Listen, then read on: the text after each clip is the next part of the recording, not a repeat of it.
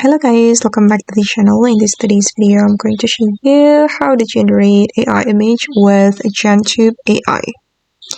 Okay, let's get into it guys. First of all, we need to visit this website, GenTube.ai, and then we're going to describe an image that we want to create. You can select image gen here, and then you can enter a description of your image.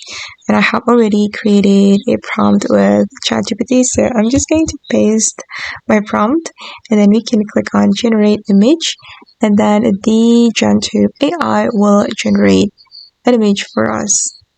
Alright, and the image is ready. This is how the image looks like.